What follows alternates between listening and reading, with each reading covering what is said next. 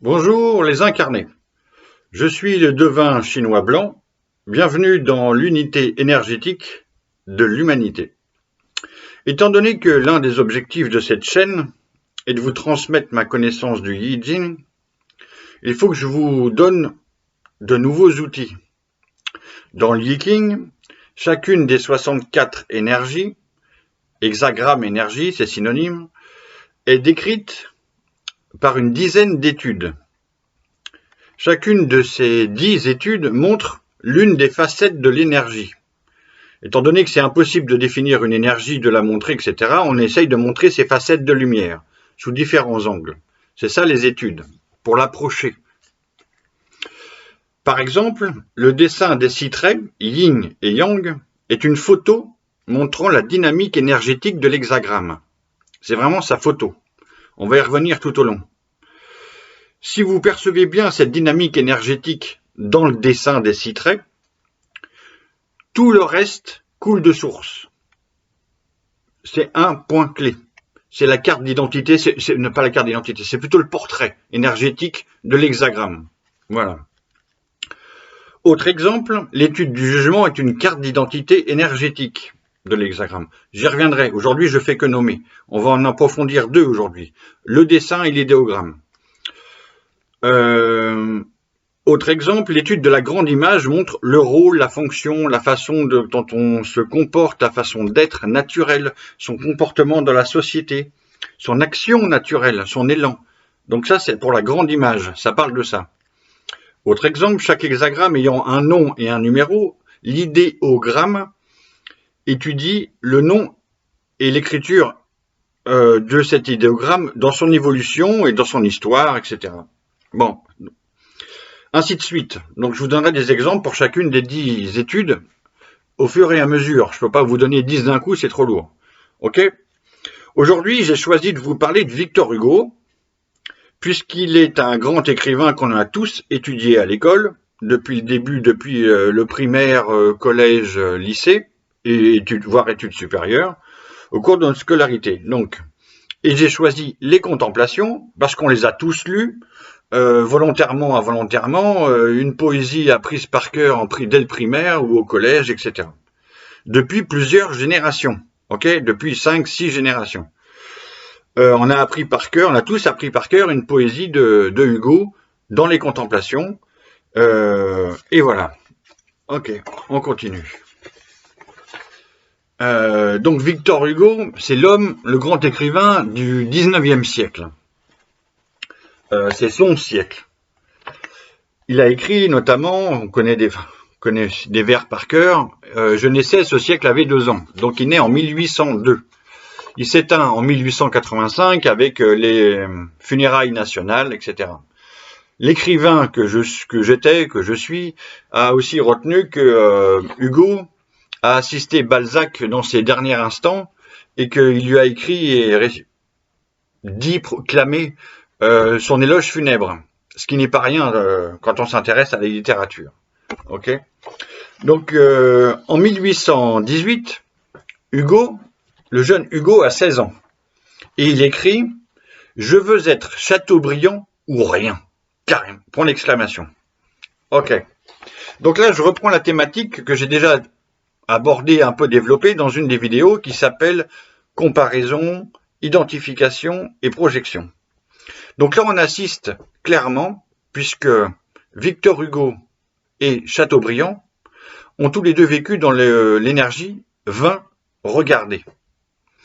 Et on a donc une identification claire et nette, une projection claire et nette, et on peut s'amuser à comparer les 2 hommes sur bien des plans, sur le voyage, sur l'exil, sur la qualité d'écriture, sur plein de choses. C'est pas le sujet d'aujourd'hui. J'ai fait une biographie complète de Chateaubriand, je reviendrai forcément un jour ou l'autre. Mais c'était pas en relation avec Hugo. Or, en 1818, il faut quand même rappeler, on resitue le contexte, Chateaubriand est considéré comme le plus grand écrivain français vivant. Après, chacun préfère son mort, mais en 1818, c'est Chateaubriand. Va arriver dès 1829, dès 1830, le phénomène Balzac, qui va monter sur le devant de la scène et s'imposer très rapidement d'une façon ahurissante et énorme. Bon. Donc, pour la projection, l'identification et la projection du jeune Victor Hugo de 16 ans en 1818, il s'identifie au plus grand écrivain français contemporain et il va devenir lui-même le plus grand écrivain de son temps. Ok, ça c'est objectivement. Après, quel est le plus grand écrivain français de tous les temps? C'est une autre histoire, chacun son goût. Ok, il faut de tout pour faire un monde. Et il y a vraiment de tout. J'en profite pour ouvrir une parenthèse. 1818, il a 16 ans. Quand moi j'entends ça, avec mon oreille de viking, pas de viking, hein, j'entends que le jeune Victor Hugo entre dans l'énergie de son destin. Alors, j'aborderai cette notion dès qu'on fera des biographies, plus ou moins complètes, des courtes ou des longues, on verra. Et là, il rentre dans son énergie, il devient responsable, et c'est pour ça qu'il y a une identification, une projection aussi puissante, totale en fait. Voilà, je referme la parenthèse. À présent, vous faites pause sur la vidéo, et vous prenez de quoi écrire, un stylo et un papier. Un tout petit papier et un tout petit stylo. C'est juste pour vous montrer un truc. Ok, vous faites pause. Moi, je vais vous montrer ce que j'ai dessiné. J'ai dessiné ça. Alors, est-ce qu'on le voit? Est-ce qu'on le voit pas? On le voit. Il y a marqué hexagramme 20, regardez. On a 6 traits, 2 yang en haut et 4 lignes en bas. 4 lignes en bas, 2 yang en haut. Alors, on va travailler là-dessus.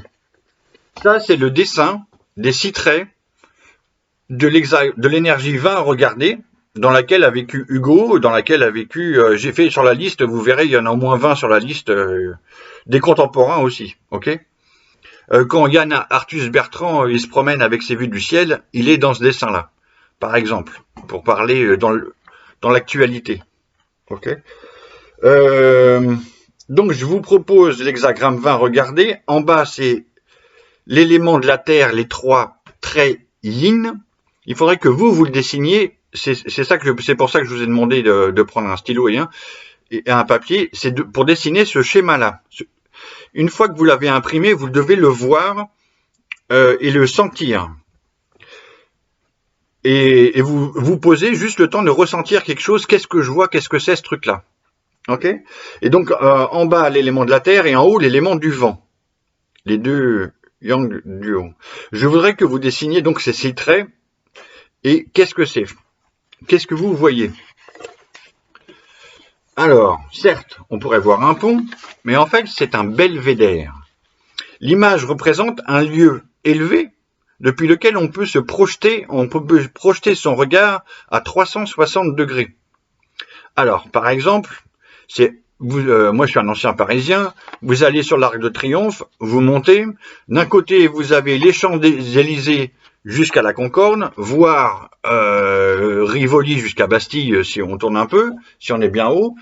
Il faut monter en haut de l'Arc de Triomphe, on est d'accord, hein, c'est pas en bas où il y a les 9 artères qui partent, Wagram et compagnie. Vous tournez, vous faites un 180 degrés, et là, pareil, ça redescend, vous avez l'avenue de la Grande Armée, Argentine, Porte-Maillot, vous allez jusqu'à l'Arche de la Défense. Ok, c'est pour vous montrer que là, on est sur un belvédère et qu'on a une vue à 360 degrés. On est au-dessus de tout. Bon, c'est pas Montmartre non plus, mais bon, je vais pas revenir sur Napoléon, le truc machin, l'Ourcq, le canal. Bon, je vais pas revenir là-dessus, ça sert à rien. On continue. L'Arc de Triomphe est donc un belvédère. J'ai un truc sur l'écran, il faut que je le vire. Ok. Donc j'ai pris cet exemple 20, regardez, parce que c'est le plus évident des 64 dessins. Mais si quelqu'un s'intéresse vraiment à l'étude du Yiking, vous devez apprendre à percevoir cette dynamique énergétique dans chacun des 64 dessins, avec la même évidence. Bon, pour arriver à ça, il faut, moi il m'a fallu des années, clair et net. Ok. Et il y a quand même des hexagrammes où cette dynamique est plus perceptible d'un coup. C'est un seul regard, tac, d'emblée, que, c'est pas facile. C'est un exercice. Donc cet hexagramme 20 regardez a un nom chinois. Ce nom chinois, c'est l'idéogramme Guan. L'idéogramme Guan est donc l'une des 10 études de chaque hexagramme. Je vous lis l'étude de l'idéogramme Guan dans la traduction rouge. Je ne lis pas le développé, je lis seulement la définition. Guan peut se prononcer au premier ton et au quatrième ton, parce que la langue chinoise est faite de 4 tons, mais je ne sais même pas les prononcer correctement. Ok ? Donc je ne dis pas la prononciation, je dis juste la définition. 1. Regarde, Guan, la définition de Guan, c'est 1.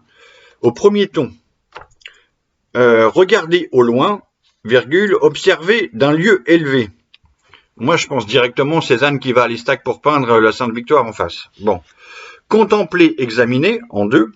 Donc ça, c'est, par exemple, c'est Hugo qui écrivait depuis sa baignoire à Guernesey, à Jersey et Guernesey. 3. Parcourir et visiter un pays. C'est par exemple, c'est Simone de Beauvoir qui adorait voyager et visiter des pays. Claude Lanzmann nous raconte ça aussi, magnifiquement, quand ils ont vécu ensemble, en mari et femme. 4. Aspect, vue, apparence. Voilà. 5. Juger, conjecturer, deviner. 6. Conception, point de vue, idée. 7. Faire voir, faire connaître, instruire, informer. Donc là, on passe au quatrième ton, où il y a encore 2 nouveaux regards. 1. Lieu élevé d'où l'on peut voir de loin, c'est donc avec Belvédère. Et monastère, temple taoïste. Alors ça marche en Chine, mais ça marche aussi pour un temple non taoïste. Ok ? Donc ça, c'était pour le quatrième ton. Donc dans cette énergie 20 regardez, on comprend que le regarder signifie à la fois élever son point de vue, passer d'un regard habituel quotidien, pas très intense, à un regard qui perçoit autrement la réalité. Voilà, c'est ça qui se passe, et c'est ça les qualités du regard chez les personnes. Bon, je redéfinirai autrement. La traduction jaune de Richard Willem, retraduite par Étienne Perrault, nomme cet hexagramme 20 par la contemplation. Mais c'est pas la bonne traduction. La bonne traduction, la plus juste, c'est regarder. Mais si vous lisez ou relisez les contemplations d'Hugo, les poésies des contemplations d'Hugo, vous pourrez constater de vous-même que chacune des contemplations exprime l'une ou plusieurs des 9 définitions que je viens de vous donner du regard de Guan. J'ai moi-même effectué cette lecture plus attentive, très attentive, les contemplations d'Hugo, et j'écris sur les bouquins, moi. Moi, c'est les bouquins, c'est des outils. Ok ? J'ai tout lu, relu pour regarder comment ça se passe, les contemplations d'Hugo dans le texte. Les 9 regards, comment ils sont vivants dans les contemplations. Donc, je vous ai donné la clé. Je pense que logiquement, vous avez tout compris, mais je finis quand même par dire les choses horizontalement. Donc, les 9 façons différentes de regarder sont développées dans les contemplations. Une des contemplations peut y avoir plusieurs regards parmi les 9 regards définis par l'idéogramme Guan. Chaque professeur de français peut adapter l'exercice au niveau de sa classe, de compréhension, de repérage, de réflexion. On peut apprendre par cœur, on peut repérer on peut travailler sur une poésie, on peut travailler sur tout le texte. Tout est possible. Et ça vous permet, si ça m'étonnerait qu'il y en ait beaucoup, mais ça peut arriver, de relire Hugo avec une nouvelle saveur, avec ce regard plus affûté sur son regard à lui. C'est là que ça se passe. Ok ? Quand les personnes vivent dans cette énergie-là, tout se passe dans leur regard. Regardez la médium Gabrielle Isis. Elle ne peut pas mentir avec ses yeux. C'est pas possible. Tout passe, son cœur et son nerf optique, ils sont reliés en même temps. Ok ? Donc chaque lecteur d'Hugo peut savourer encore davantage la légende des siècles. Voilà par exemple pourquoi je dis que le Yiking a été à entendre comme le langage lui-même. et qu'il est un livre sacré et vivant. Aujourd'hui, je remercie donc le Viking de nous avoir parlé de Victor Hugo, autrement. Voilà pour aujourd'hui, merci les incarnés, et à bientôt.